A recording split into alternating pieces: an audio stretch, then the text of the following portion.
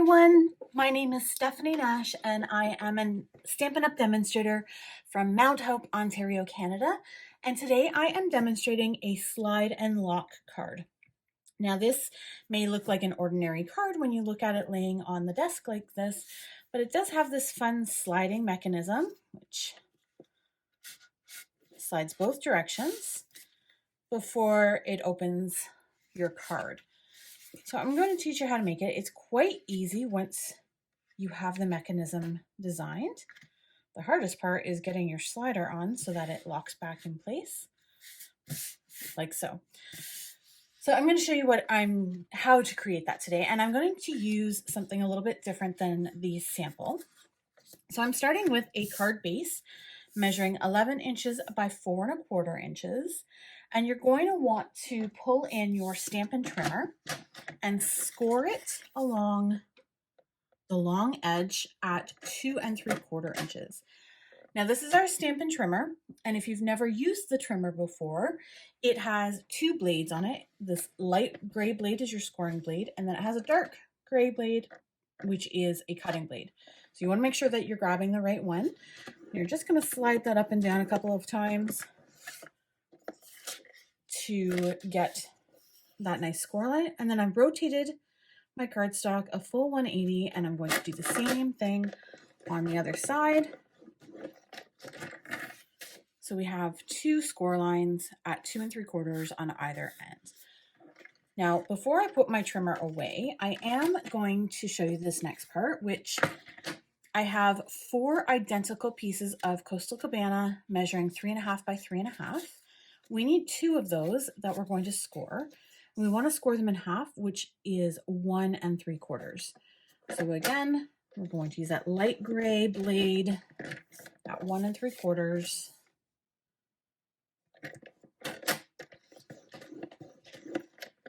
And then you can put your trimmer aside because we are done with that for the time being. So next, we're going to work on our base. And you know what? We may actually need our trimmer now that I've put it to the side, because that's just how life goes sometimes. So I'm going to burnish my edges, folding the 2 sides in so they meet in the middle. And if you find it's not laying flat, I like to push out. It just forces that crease out just a little bit so that it lays flat. But now that we've got that and the ends are butted up nice and tight, we actually need to trim them a little bit because we need that slider to be able to move inside there. So if you bring your trimmer back in and you open up one side, we're going to trim off just a little bit. And so the trick that I learned is you can see that there's 2 different shades here. So there's the white with the measurements, and then there's the dark gray. So I'm going to bring it just to the edge where the white starts, and the blade is going to go right in the center there, and it's just going to trim off that edge ever so slightly. It's quite thin, as you can see, and that's just going to allow the locking mechanism to slide freely through there. So you can put that to the side now, as we will not need that. And then we can begin creating or decorating our background. So I decided I wanted to use a different paper, a different stamp set for this card when I'm demonstrating. I am using the Free as a Bird stamp set, which is an older stamp set, but it is still current in the catalog. So this is the stamp set we're using. It's one of my favorites, and I haven't used it for a while. And I'm going to use a paper from the In Good Taste Designer Series paper pack. So this is the paper that I'm going to pull in. It's this nice dark wood grain, but this is the paper pack. You can see it's got all of these beautiful textures and textiles and tiles and wood grains, and then coordinating colors. So let's grab that. All right, so here is our paper, and these panels measure 2½ by 4 because our panels are 2¾ by 4. And it's going to give us a nice 1/8 of an inch border all the way around when we attach those. So I'm going to use my Stampin' Seal to attach them to the base.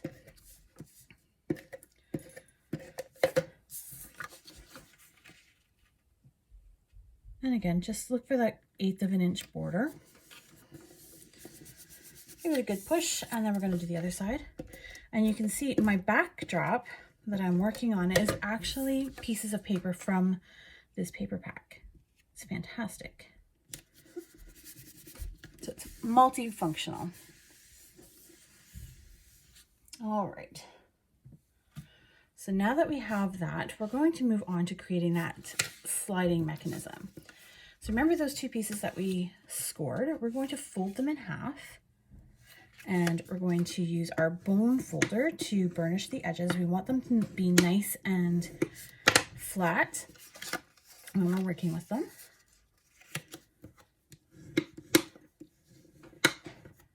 All right, and then we need to pull in those other two pieces that we cut. So what we're going to do is we're actually going to create an X, but attaching it to these other pieces. So I'm going to go ahead with my Seal Plus or tear and tape, multi-purpose glue, anything that has a strong hold. And we're going to attach it to the bottom using the folded edge as the center, and then just use your edges, top, side, and bottom as your guideline to try and line that up as best as possible, trying to make sure that it's straight. And then once you've got it positioned, give it a good push. This is a moving piece, so we want it to make sure that it's nice and tight. So then we're going to repeat the process with the other side, like so. And I'm going to line up the folded edge with the folded edge on the inside first, butt those two pieces together, and then I can line up my top and bottom to get it into position. And give it a good push. So we're left with a piece like this. Now we have to mount the other square on top to finish that lock. So you can go ahead and just apply adhesive on all 4 sides of that square, a couple dabs in the middle, and then the same thing that we've done before, we're going to use the edges, top and bottom, to line that up and attach. And then give it a nice rub, make sure it's well secured. And if I hold that up for you, this is what we're left with. This becomes our lock. So if I were to slide this on here, like so, you can see it slides on nice and easy, creating that mechanism. So now we get to decorate that piece. And as I mentioned, we're going to use the Free as a Bird. So I'm going to use this lovely stamp in the center. So I'm going to pull in a scrap of basic white, and I've already mounted the stamp to my block, and I want to use my Memento ink to stamp the image.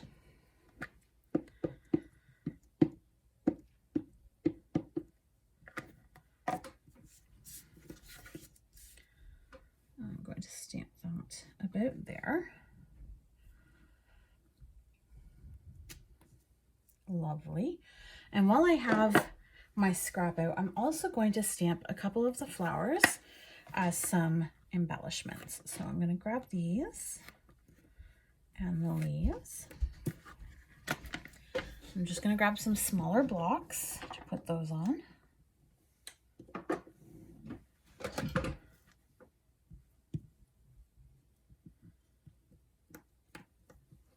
Oops, sorry. All right.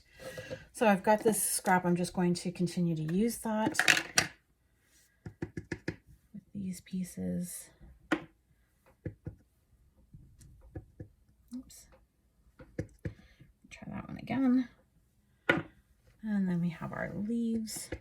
I'm not quite sure what I'm going to do with them all, but I want to make sure that I stamp some extra pieces to have just in case.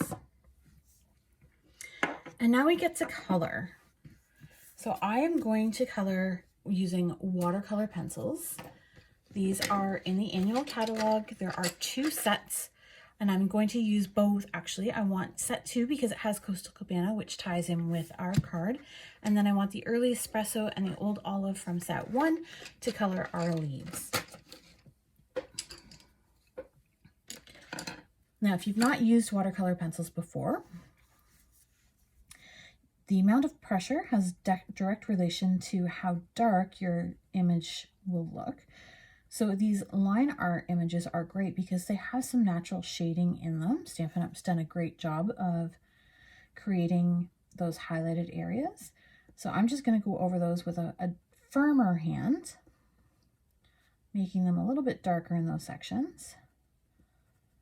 And then I'm going to go in and fill them in with a lighter hand to create some contrast. So this is all the shading area. And I do want to add a little bit of a pink belly, so I'm going to pull in some Flirty Flamingo first. And just very lightly apply some color to the belly areas. It's ever so light. Almost can't see it. All right, and then I'm going to go in same with the Coastal Cabana, just filling in around where I've shaded the pink to fill those sections in. And I'm using a circular motion because I find it doesn't leave as bold a stroke.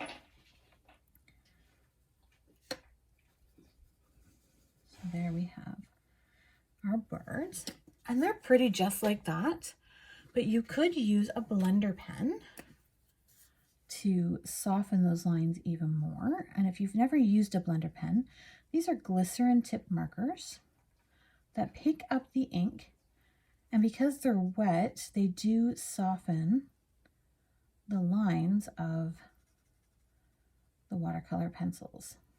So you can see if I hold this up. So this one I've blended those lines out, and these ones I have not. So it just really softens the look.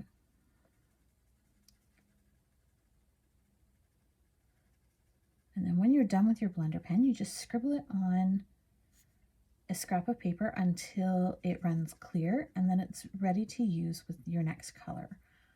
So it's a great tool to have in your collection.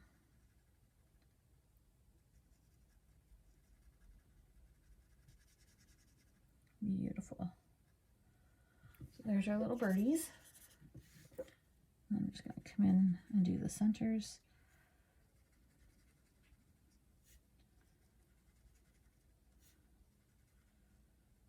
Like so. All right.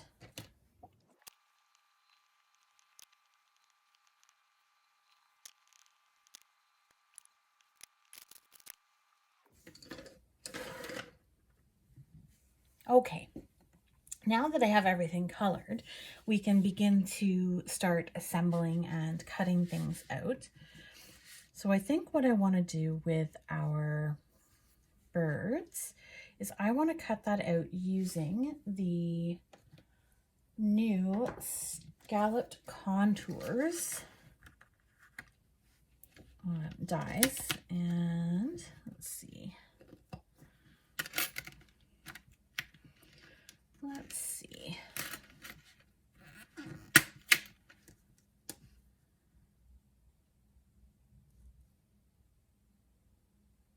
Oh, yes. I like that. So I'm going to put this one back. And then I'm going to pull in the mini Stampin' Cut and Emboss machine to cut these out.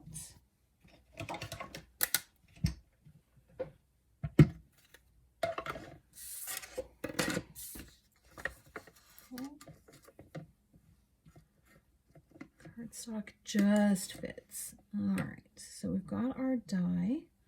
We want to get our birds in there. So I'm going to put our plate on top, and we're going to crank that through.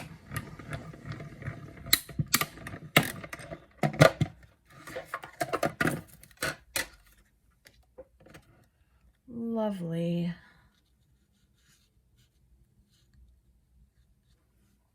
Oh, I like that.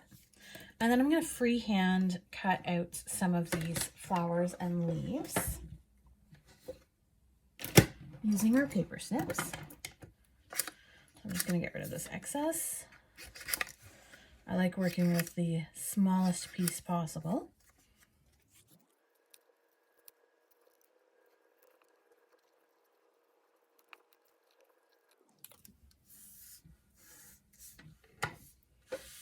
All right, so now we can decide how we want these to be positioned.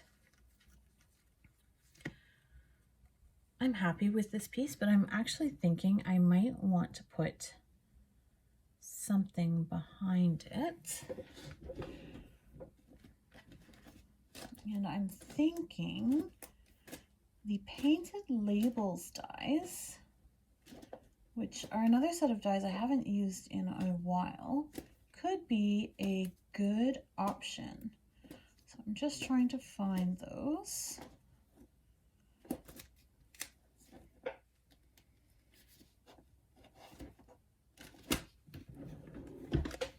So these are the dies I'm speaking of. And I'm thinking this piece with the nice swirls in behind, layer this on top. Yes, I like it.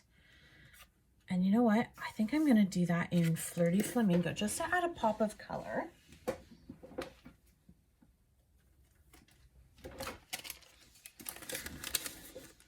So let's see. I like to use my scraps whenever possible. Let's see if I have one that's going to fit. I don't think I do.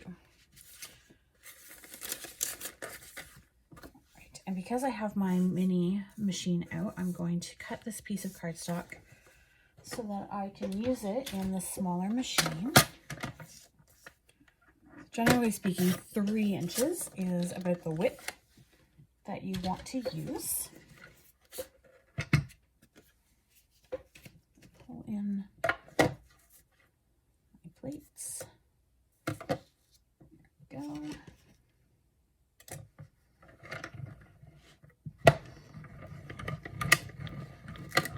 Run that through.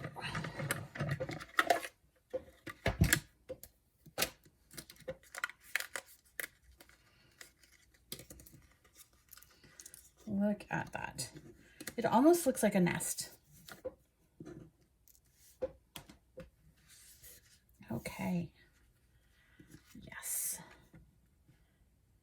Oh yes, I'm liking this very much.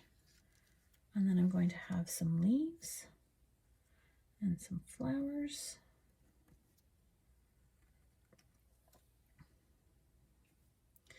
Oh, I like that. What do you think?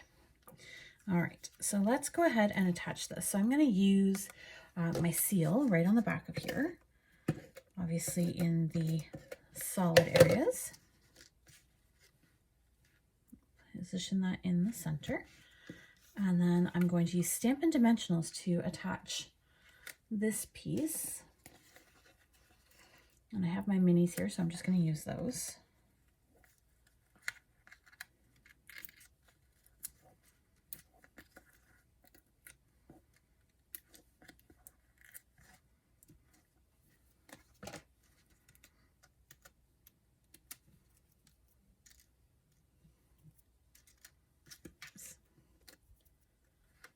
That's going to go in the center, like so. And then what I love about this die cut is it does have a little slit, and it's purposely cut, so don't think that there's something wrong with your dies. So I could actually tuck the flowers in underneath if I wanted to. I don't think I'm going to. I'm going to put them on top. So I've got my 2 little flowers and then my greenery. Yes, I'm liking that. So again, I'm going to use dimensionals here. So with the leaves, I'm going to attach those first. I want to make sure that they're supported.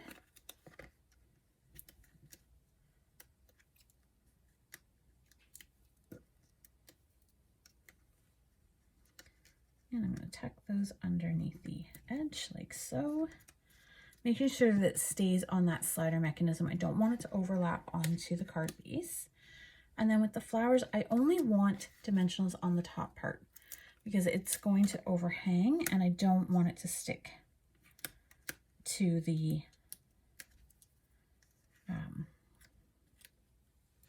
piece that's already popped up. So like so. And then this one, I'm actually going to use my seal and we're going to attach that right on top. Like so. Beautiful.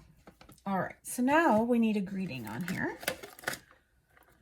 So I'm going to use the thank you on the outside. Just grabbing a block. Here we are. So again, we just need a scrap. And I'm actually going to use this piece here because I think that will work.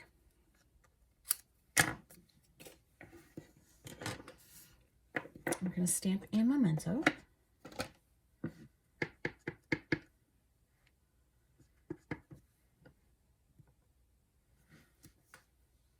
So the reason I said it's okay that it's a scrap is because we're going to cut it using our snips once again.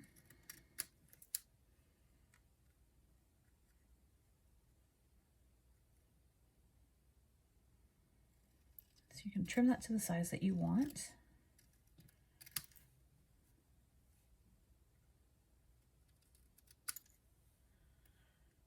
And I actually like the pointed end. So I'm going to attach that with a dimensional right about there, hanging off. You know what? I don't like that end. I'm going to try that again. So let me grab another scrap of white. So these are our 6x8 cello bags, if you've never seen these before. They're great for putting your paper scraps in. It's how I keep them organized. All right, so I like that better. I'm going to trim my side here. And then I'm going to trim here. Oh.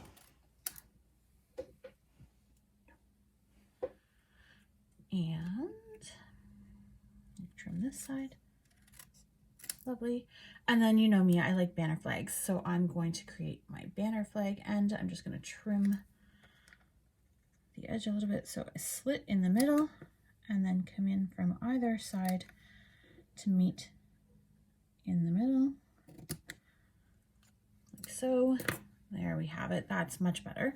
All right, so back to the dimensionals. So I'm using the minis again because it's such a thin piece here.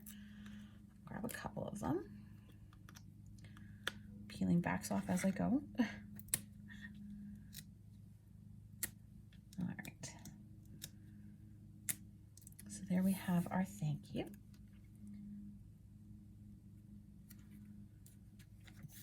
Isn't that cute? Oh, so cute. Loving it. Just going to clean up some of these little bits.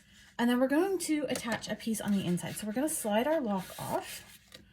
We're going to open up our card base and then that piece of basic white that we had set aside, which is 4 inches by 5 1/4, we're going to attach right to the inside using our seal. And this should leave an 1/8 of an inch border between the 2 score lines and the top and bottom. And then I have the Your Friendship Means the World to Me, which we're going to stamp in memento right in the center. And if you wanted to finish that off with a flower in the corner, you can do that. So there we have our slide and lock card using Free as a Bird, Coastal Cabana, and the new scalloped contours dies, creating this beautiful bright birthday card or thank you card for a friend. There we have it. So thank you so much for tuning in. I apologize for the chaos as I was trying to create that. A little bit of designing on the fly, but I wanted to showcase the mechanism on 2 different cards, and I think I accomplished just that. So thank you for tuning in. Be sure to subscribe to my channel for updates. I try to post instructional videos as often as I can, as well as replays of my Facebook Live for those of you that may not be on Facebook. I hope you all have a fantastic day and happy Stampin'.